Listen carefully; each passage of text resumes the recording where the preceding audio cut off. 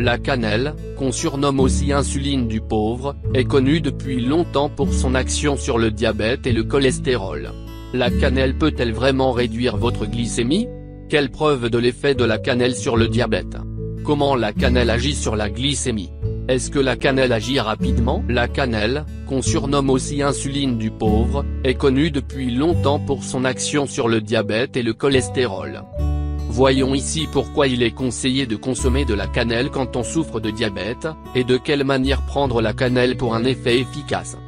Sachez tout de même qu'il ne faut en aucun cas cesser de prendre les médicaments prescrits par votre médecin, et prendre conseil auprès de lui si vous souhaitez prendre de la cannelle. La cannelle peut-elle vraiment réduire votre glycémie? Une réponse simple serait « oui ». Mais creusons un peu le sujet. Pour aller plus loin, découvrez quelles sont les vertus de la cannelle. Pour la petite histoire. C'est une erreur heureuse qui a mené les chercheurs occidentaux à trouver l'effet de la cannelle sur la glycémie, alors que cet effet est connu depuis des lustres en Asie. En effet, on doit cette découverte au docteur Richard A. Anderson, qui étudiait à l'origine les propriétés du chrome. Chercheur de l'USDA, scientifique principal au Beltsville Human Nutrition Research Center, Beltsville, et médecin. Il a publié plus de 230 manuscrits scientifiques et a présenté plus de 200 présentations aux réunions régionales, nationales et internationales à travers le monde. En étudiant les effets du chrome sur le diabète, il se rend compte que la tarte aux pommes stimule l'activité de l'insuline. Non-sens, la tarte aux pommes ne contenant que peu de chrome et beaucoup de sucre. Anderson pense alors à l'effet des pommes, mais s'aperçoit vite que cet effet est dû à un autre ingrédient de la tarte, la cannelle.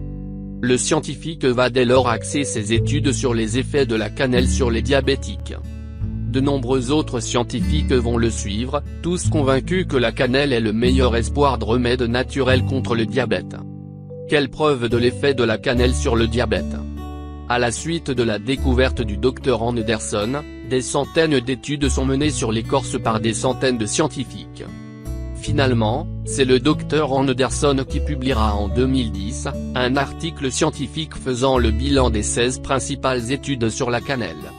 Sur ces 16 études, 11 montrent un effet significatif de l'épice, et 5 montrent peu ou pas d'influence sur la baisse de la glycémie. Les cas où la cannelle n'a pas ou peu d'effet. Concernant ces dernières études peu ou pas concluantes, les patients prenaient de la metformine, un des traitements les plus courants pour traiter le diabète de type 2. Selon Anderson, la metformine agit comme la cannelle, en augmentant la sensibilité à l'insuline. Si l'on prend assez de metformine pour gérer la glycémie, la cannelle n'aura pas d'effet.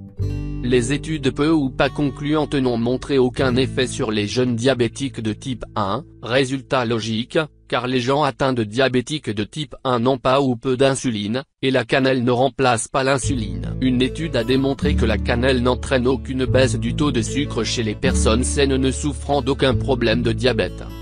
Il existe tout de même des études, menées sur les autres patients qui n'ont pas mené à des résultats concluants. Les cas où la cannelle a un effet significatif. L'étude la plus importante a été menée par le Dr Anderson avec une équipe de chercheurs de l'école d'agriculture de Peshawar. Cette étude a été menée sur 60 patients d'âge moyen, souffrant de diabète de type 2, répartis en 6 groupes. Le groupe 1 prenait 2 capsules de cannelle par jour, le groupe 2 en prenait 6 et le groupe 3 en prenait 12. Les autres groupes avaient les mêmes quantités de capsules, mais placebo. Le traitement a été mené pendant 40 jours chez tous les groupes, et les capsules contenaient 500 mg de cannelle, environ un quart de cuillère à café.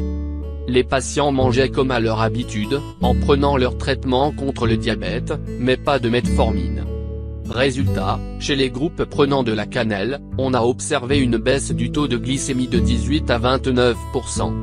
On a aussi observé une baisse des triglycérides de 23 à 30%, du taux de cholestérol total de 13 à 26%, et le taux de mauvais cholestérol de 10 à 24%. Une étude menée par les chercheurs de l'Université de Pomona en Californie sur 543 patients atteints de diabète de type 2, est arrivée aux mêmes conclusions, montrant en plus que la cannelle augmente le taux de bon cholestérol. Comment la cannelle agit sur la glycémie? Le composé magique qui entre en jeu se nomme méthylhydroxychalcone polymère, le composé le plus actif de l'écorce.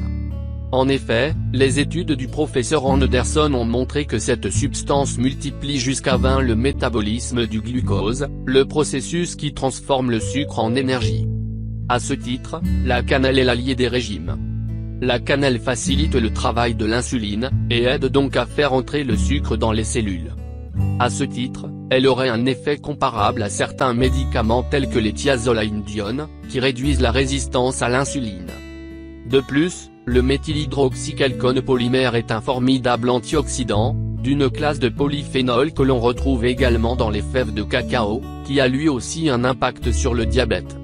En effet, les antioxydants préviennent la formation de radicaux libres, qui abîment l'ADN des cellules et qui entraînent donc des maladies chroniques, dont le diabète. Il existe de nombreuses études sur l'action des antioxydants sur la réduction diabète et du cholestérol. Il peut imiter l'insuline et augmenter la sensibilité à l'insuline.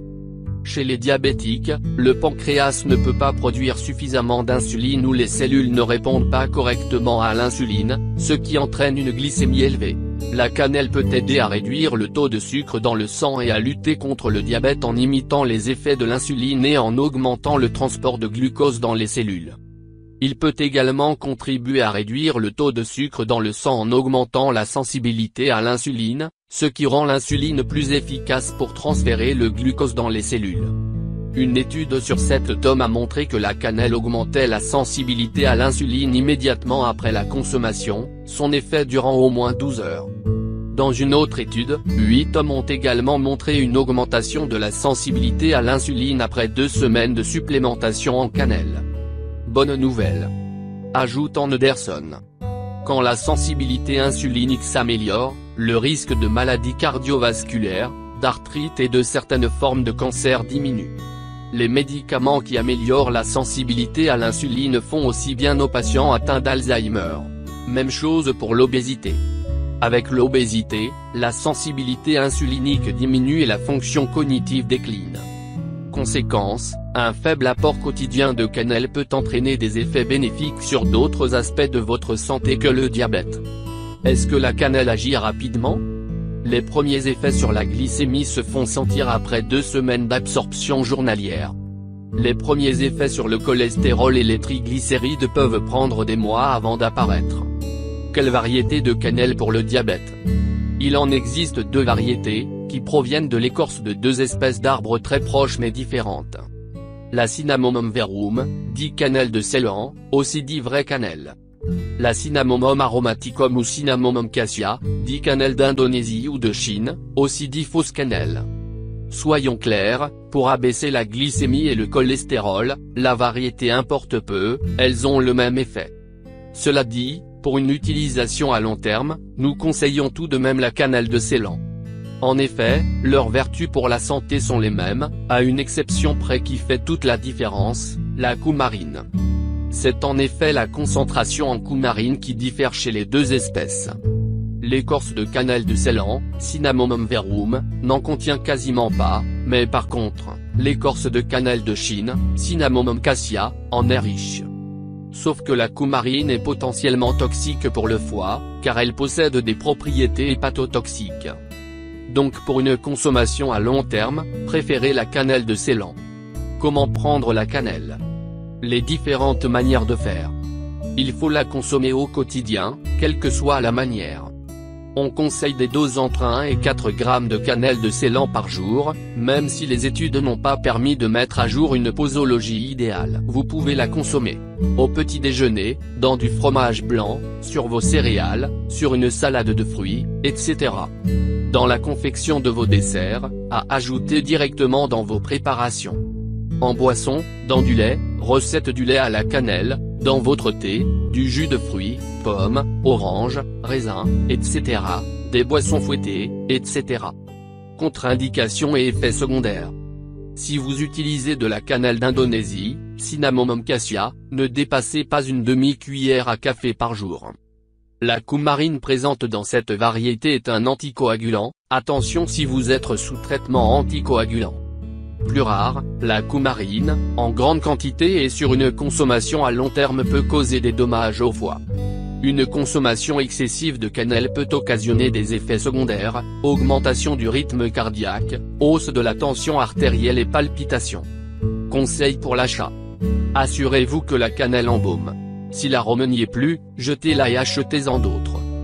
Vous pouvez acheter des bâtons de cannelle pour obtenir la cannelle de votre choix, une épaisse écorce roulée pour la cannelle de Chine et plusieurs couches d'écorce mince pour la cannelle de Ceylan. On moud aisément les deux dans un moulin à épices ou à café. Note, consultez un professionnel de santé avant de prendre ce remède si vous prenez des médicaments pour le diabète.